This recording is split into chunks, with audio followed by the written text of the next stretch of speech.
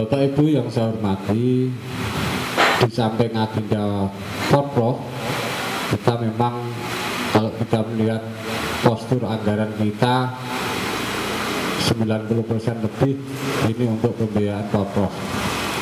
Nah, yang lainnya ini juga perlu saya sampaikan, memang agak dilema, kita ini kurang anggaran, tetapi sisi yang lain ada kewajiban kita juga harus kita lakukan, tidak bisa kita tinggalkan.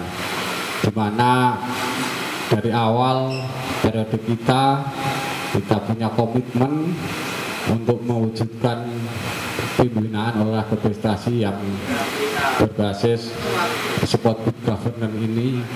Artinya 3 pilar utama ini harus kita sehatkan selama periode kita. Yang pertama tentu berkaitan dengan update modernisasi sistem pola pembinaan, dan kita sudah lakukan melalui Puslakap ini. Saya kira banyak perubahan, peningkatan berkaitan pengelolaan, berkaitan kesiapan prestasi. Kemudian yang kedua berkaitan dengan pengelolaan keuangan yang akuntabel dan transparan.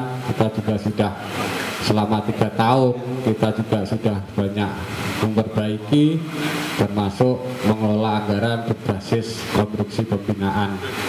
Nah, ini yang ketiga adalah berkaitan pentingnya organisasi yang sehat.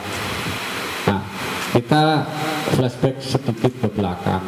Tahun 2020-2021 kita berupaya anggaran untuk bagaimana memenuhi surplus sarana prasarana bagi seluruh cabang olahraga.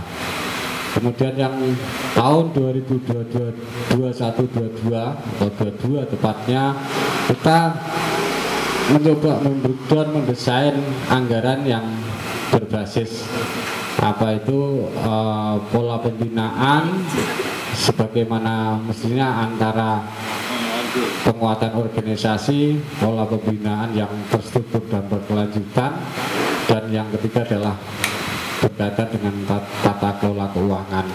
Maka tahun 2022 kita bisa berikan stimulan, mulai stimulan dana pembinaan, kemudian kejuaraan kabupaten, provinsi, kemudian kejurnas, dan yang lain adalah berkaitan dengan stimulan peningkatan SDM di masing-masing cabang olahraga ini dalam rangka memacu, mengupgrade agar kualitas pembinaan di Kabupaten Jepara ini juga ada peningkatan. Kita tidak memungkiri bahwa kondisi tahun 2001-2022 antara kedua cabang olahraga dengan basis pembinaan di masyarakat ini banyak yang tidak nyambung. Maka melalui penguatan peraturan organisasi, juga dengan pola stimulan kejurkap yang berbasis ada anggotanya, itu ada hal yang kemudian dari 40 cabang olahraga itu ada yang kesulitan. Maka kita mengkaji yang namanya KOK. Ya, KOK dari dulu ya dapat anggaran terus, tapi perannya kita bisa tahu korelasi terhadap pembinaan di cabang-cabang olahraga ini juga nggak maksimal. Maka tahun 2022 pas kebetulan SK-nya habis. Nah, di situ berkaitan dengan penguatan strukturnya yang nyambung dengan proses-proses yang ada di KONI, juga mempertajam terkait pola kegiatannya. Nah, setelah pelantikan dan kita sampaikan ada kegiatan minimal kejuaraannya. Kalau kita bantu alat, bantu yang lain pasti tidak memungkinkan karena dana kita terbatas. Maka melalui stimulan KOK yang bisa diberikan KOK dengan SOP kita perbarui untuk kejuaraan antar desa ini, harapannya memang menumbuhkan atlet-atlet yang ada di daerah ini nantinya bisa tersambung dengan keberadaan induk cabang olahraga. Dan sampai hari ini itu kami belum berani mengundang karena itu tadi situasi KONI ini masih fokus pada kesiapan Porprov.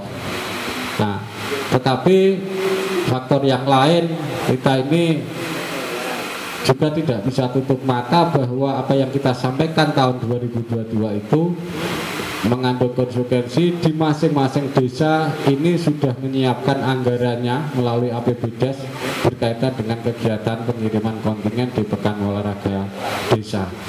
Maka kalau kita tidak tiadakan, resiko-resiko itu pasti juga akan muncul, karena ini mungkin yang kedua kalinya kegiatan itu. Tahun 2002 kita pending dan tahun 2023 kita pending lagi, saya kira juga nanti akan jadi masalah. Maka saya dengan situasi seperti ini,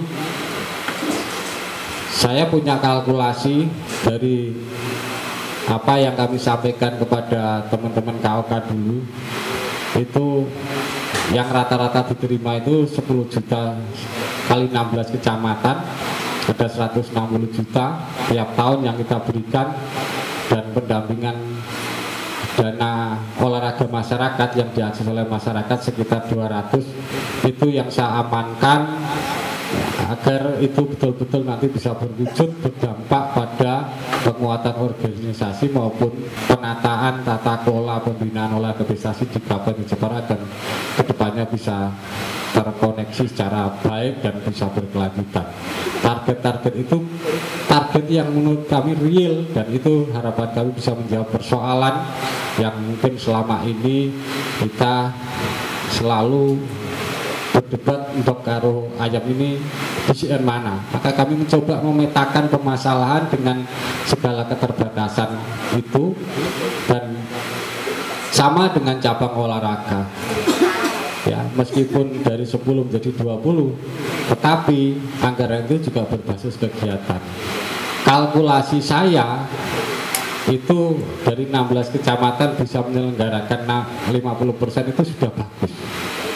Dan maka kalau itu yang tercapai, kita tidak perlu mengalokasikan anggaran yang sudah biasa diterima oleh KOK selama bertahun-tahun.